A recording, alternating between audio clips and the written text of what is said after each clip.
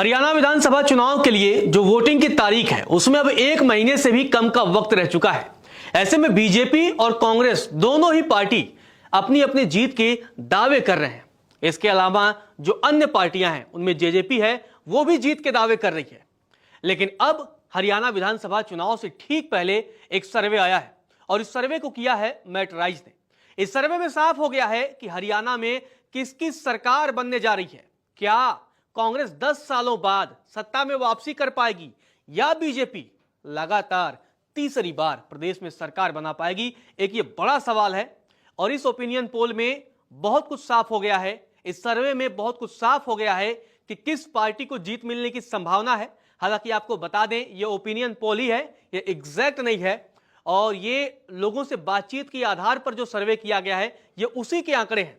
लेकिन इसमें देखिए किस तरीके से किस पार्टी की सरकार बन सकती है, चलिए आपको बताते हैं। लेकिन उससे पहले यह बताते हैं कि मुख्यमंत्री की रेस में कौन सा नाम आगे है। क्या नायब सिंह सैनी के नाम पर लोग सहमत हैं या भूपेंद्र सिंह हुड्डा बाजी मारेंगे या कोई और नेता इस मुख्यमंत्री की रेस में आगे है, चलिए आपको बताते हैं।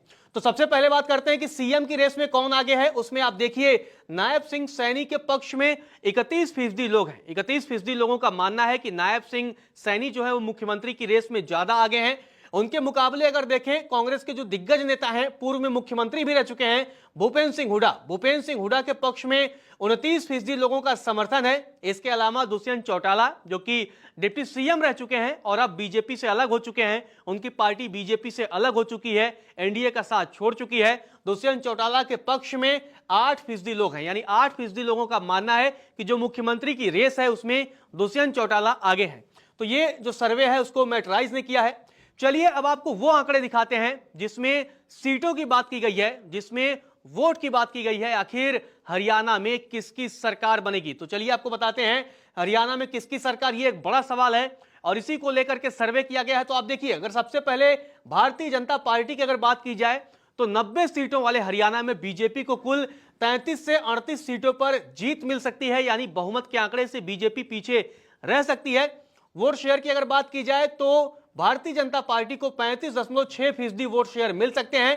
कांग्रेस की बात की जाए तो कांग्रेस हरियाणा की सबसे बड़ी पार्टी बनकर उभर सकती है और कांग्रेस नंबर वन पार्टी बन सकती है हरियाणा के विधानसभा चुनाव में।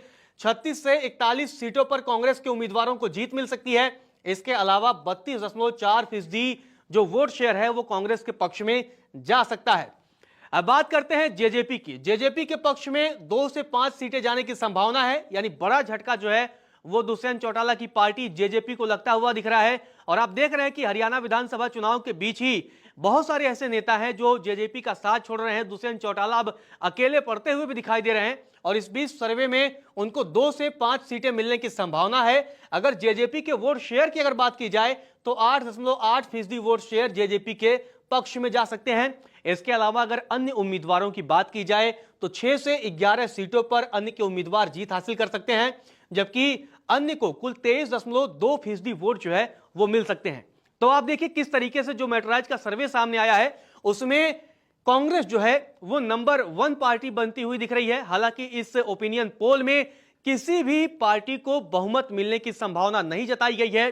90 सीटें हैं जैसा कि हमने आपको बताया और इसके लिए जो बहुमत का आंकड़ा है वो 46 सीटों का है। तो जो 46 सीटों का जादुई आंकड़ा है उस तक कोई भी पार्टी फिलहाल इस ओपिनियन पोल में पहुंचती हुई दिखाई नहीं दे रही है। लेकिन कांग्रेस आप देखिए कि इस तरीके से 36 से 41 सीटों पर जीत हासिल कर सकती है। इसके अलावा बीजेपी 33 से 38 सीटों पर जीत हासिल कर सकती है। हालांकि कांग्रेस लगातार ये दावा कर रही है, जिस तरीके से किसान आंदोलन हो या फिर पहलवानों का प्रदर्शन हो, और अब विनेश फोगाट खुद भी कांग्रेस में आ चुकी हैं और वो जुलाना से चुनावी मैदान में भी हैं, तो कांग्रेस पूरा माहौल बनाने में जुटी हुई है और वो दावा भी कर रही है कि वो पूर्ण बहुमत हासिल करने जा रही है। जबकि बीजेपी ये भी दावा कर रही है कि वो लगातार तीसरी बार सरकार बना लेगी। लेकिन ऐसे में जो मैटराइज का ओपिनियन पोल है उसमें कांग्रेस नंबर 1 पार्टी बनकर उभर रही है। हालांकि एक बड़ा जो मुद्दा यही है, एक बड़ा सवाल यही है, किसी भी पार्टी को जो है वो पूर्ण बहुमत मिलता हुआ नहीं दिखाई दे रहा है। अब बात करते हैं कि अगर कांग्रेस की सरकार बन जाती है तो कांग्रेस में सीएम की रेस में कौन आगे होगा। क्योंकि आप देखिए किस तरीके से पिछले कई दिनों से आप देखेंगे, खासकर जब से हरियाणा चुनाव का जो माहौल है वो गर्म हुआ है, भूपेंद्र सिंह हुड्डा हो, कुमारी शैलजा हो, इसके अलावा रणदीप सुरजेवाला हो, ऐसे तमाम जो नेता हैं वो लगातार कहीं ना कहीं अपनी जो दावेदारी है वो मुख्यमंत्री के लिए पेश कर रहे हैं। ऐसे में अगर राज्य में कांग्रेस की सरकार बन जाती है तो कांग्रेस का ऐसा कौन सा नेता होगा जो मुख्यमंत्री बनेगा, उसको लेकर के भी मैटराइज ने सर्वे किया है। आप देखिए इस रेस में लोगों के मुताबिक भूपेंद्र सिंह हुड्डा सबसे आगे हैं।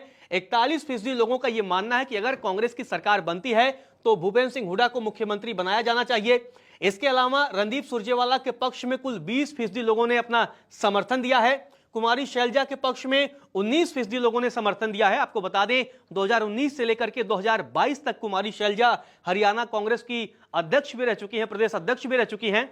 और ऐसे में आप देखिए इस रेस में भूपेंद्र सिंह हुड्डा, सुरजेवाला और कुमारी शैलजा, ये जो रेस है इतने लोगों के बीच में, उसमें भूपेंद्र सिंह हुड्डा बड़े अंतर से, मतलब आप देखिए सुरजेवाला को जहां 20% है वहां भूपेंद्र सिंह हुड्डा के पक्ष में 41% लोगों का समर्थन है, यानी दोगुने से भी ज्यादा है। और कुमारी शैलजा कहीं ना कहीं तीसरे नंबर पर इस रेस में मैटराइज सर्वे के मुताबिक दिखाई दे रही हैं। हालांकि अब बड़ा सवाल तो यही होगा कि अगर कांग्रेस की सरकार बनती है तो कौन सीएम होगा, उसको लेकर के भी जो पार्टी आला कमान है वो कहीं ना कहीं उसकी टेंशन जरूर बढ़ेगी और ये दिलचस्प होगा। लेकिन उससे पहले बड़ा सवाल यही है कि जब 5 अक्टूबर को लोग जो है हरियाणा चुनाव के लिए मतदान करने जाएंगे तो किसके पक्ष में मतदान करेंगे। 8 अक्टूबर को नतीजे आएंगे, तभी साफ होगा कि हरियाणा में किस पार्टी की सरकार बनेगी। नमस्कार, मैं हूं मानक गुप्ता। अगर आपको हमारा ये वीडियो पसंद आया हो तो इसे लाइक और शेयर जरूर करें और हां, हमें सब्सक्राइब और फॉलो करना ना भूलें ताकि आप देश और दुनिया की कोई खबर मिस ना करें। तो जुड़े रहिए हमारे साथ और देखते रहिए न्यूज़।